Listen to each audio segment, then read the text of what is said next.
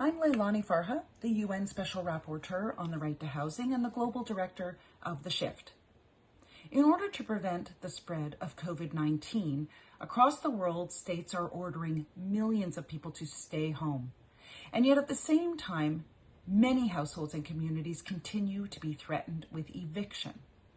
Reports are emerging of many homeless people being removed from their encampments or rounded up and placed in en masse living quarters.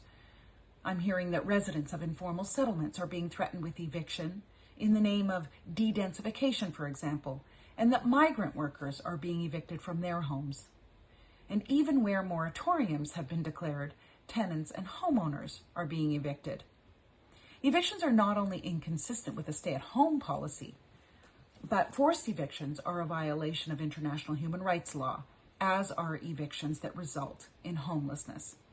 I remind states that the right to adequate housing is not suspended in times of emergency.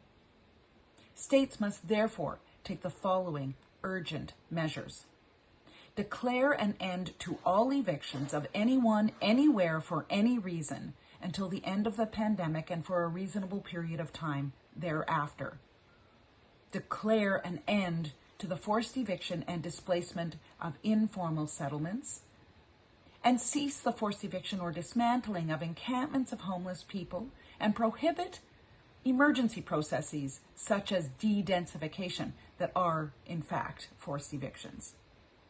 Evictions for non-payment of rent, rental arrears, mortgage payment default, and utility payment arrears should be prohibited during the pandemic and for a reasonable period of time thereafter.